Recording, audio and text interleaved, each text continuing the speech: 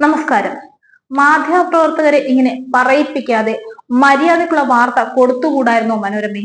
മനോഗതം പോലെ മനോരമ വാർത്ത പടച്ചുവിട്ടാൽ വായിക്കുന്നവരെല്ലാം വായുമ്പത്ത് നിൽക്കുമെന്ന് കരുതിയോ? നുണവാർത്ത കൊടുത്തിട്ടല്ലേ ഇപ്പോൾ പണി ഇരന്ന് വാങ്ങിച്ചിരിക്കുന്നത്? പച്ചക്കള്ളം പ്രചരിപ്പിക്കുന്നവരെ നിയമത്തിലൂടെ നേരിടുമെന്ന് CPM നേരത്തെ വ്യക്തമാക്കിയിരുന്നതാണ്. എന്നിട്ടും നിങ്ങൾ തിരുത്താനോ വാർത്ത പിൻവലിക്കാനോ തയ്യാറായില്ല. വർഗീയ പാർട്ടികളോട് സന്ധി ചെയ്തല്ല LDF വോട്ട് പിടിച്ചത്. UDFന് വേണ്ടി കൂലിത്തൊഴിലാളികളാകാൻ നിൽക്കാതിരിക്കുകയാണ് നിങ്ങൾക്ക് നല്ലത്. മാധ്യമ പ്രവർത്തനം അടിമത്തം ആയി മാറാൻ നോക്കേണ്ടത് നിങ്ങളുടെ കൂടി കടമയാണെന്ന് ഓർമ്മിപ്പിക്കേണ്ടി വരുന്നതിൽ ദുഃഖമുണ്ട്. കൂലിത്തൊഴിലാളികളായുള്ള ഒരു പ്രശ്നം വരുമ്പോൾ ഈ പറയുന്ന മഹാന്മാരെല്ലാം നൈസായിട്ടങ്ങ് തടിയൂരും. പിന്നെല്ലാം ഒറ്റയ്ക്ക് അനുഭവിക്കേണ്ടി വരും. സംസ്ഥാനത്തെ 4 തദ്ദേശ സ്വയംഭരണ സ്ഥാപനങ്ങളിൽ SDPI പിന്തുണയോടെയാണ് LDF ഭരിക്കുന്നതെന്ന നുണവാർത്ത പ്രസിദ്ധീകരിച്ച മലയാള മനോരമ ദിനപത്രത്തിന് CPI വക്കീൽ നോട്ടീസ് അയച്ചിരിക്കുകയാണ്.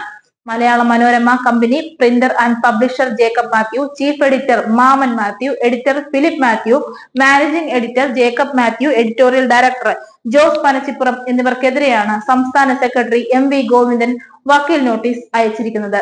കൈപ്പറ്റി 3 ദിവസത്തിനകം വാർത്ത തിരുത്തുകയോ പിൻവലിക്കുകയോ ചെയ്തില്ലെങ്കിൽ സിവിൽ ക്രിമിനൽ നടപടികളിലേക്ക് കടക്കുമെന്ന് അഡ്വക്കേറ്റ് M രാജഗോപാൽ നായർ മുഖേന അറിയിച്ച നോട്ടീസിൽ വ്യക്തമാക്കുന്നുണ്ട്.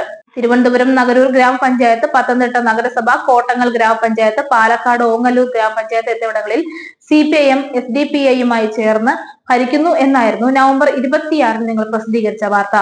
നാഗരൂരിലും ഒങ്ങല്ലൂരിലും LDFനാണ് ഭൂരിപക്ഷം. പത്തനംതിട്ട നഗരസഭയിൽ സ്വതന്ത്രനാണ് LDFനെ പിന്തുണച്ചത്. കോട്ടങ്ങലിൽ 2 തവണ പ്രസിഡന്റ്, വൈസ് പ്രസിഡന്റ് തെരഞ്ഞെടുപ്പ് നടന്നപ്പോഴും SDPI പിന്തുണച്ചതിനാൽ വിജയികളായ LDF പ്രതിനിധികൾ രാജിവെക്കുകയാണ് ഉണ്ടായത്.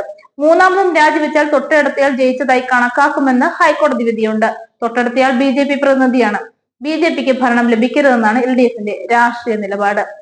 ഈ വസ്തുതകളും വിശദാംശങ്ങളും വ്യക്തമാക്കാതെ ജനങ്ങളെ തെറ്റിദ്ധരിപ്പിക്കുന്ന വിധത്തിലാണ് മനോരമ ഇപ്പോൾ വാർത്ത കൊടുത്തിരിക്കുന്നത്. CPM നേരത്തെ പറഞ്ഞിരുന്നതല്ലേ വർഗീയ ശക്തികളോട് കൂട്ടുപിടിക്കില്ലെന്ന്. അവരെ കൂട്ടുപിടിച്ച് വിജയിച്ചത് പോരാഞ്ഞിട്ട് വർഗീയ പാർട്ടികളുമായി സന്ധി ചെയ്ത് വിജയം ഉണ്ടാക്കിയവരുടെ പാപം CPMന്റെ തലയിൽ കെട്ടിവെച്ച് രക്ഷപ്പെടാൻ ശ്രമിക്കുന്നു. പാർട്ടി നയങ്ങളൊക്കെ ജനങ്ങളെ ബോധ്യപ്പെടുത്തി തന്നെയാണ് LDF തെരഞ്ഞെടുപ്പിൽ മത്സരിച്ചതെന്ന് വീണ്ടും ആവർത്തിക്കുന്നു. LDFനെ പ്രതിരോധിക്കാൻ കൈയും കാലും ഇട്ട് അടിച്ചപ്പോൾ രക്ഷപ്പെടുത്താൻ കോൺഗ്രസിന് വർഗീയ പാർട്ടികളെ ഉണ്ടായിരുന്നുവെന്ന് നേരത്തെ ചൂണ്ടിക്കാട്ടിയിരുന്നു. അവരെ പലപ്പോഴായി തള്ളിപ്പറഞ്ഞ് അവരെയും നാറ്റിച്ച് ഈ കളി അവസാനിപ്പിക്കാറായില്ലേ കോൺഗ്രസ് എന്ന് ഞങ്ങൾ നേരത്തെയും ചോദിച്ചിരുന്നു. UDFന് ഇപ്പോൾ കറിവേപ്പിലയായി തോന്നുന്ന SDPയെ നിങ്ങളുടെ തന്നെ എത്ര പേർ അനുകൂലിച്ച് സംസാരിച്ചു. എന്നിട്ടും ഒരല്പം ഉളുപ്പ് വേണ്ടേ ഇങ്ങനെ കള്ളം പറയാൻ?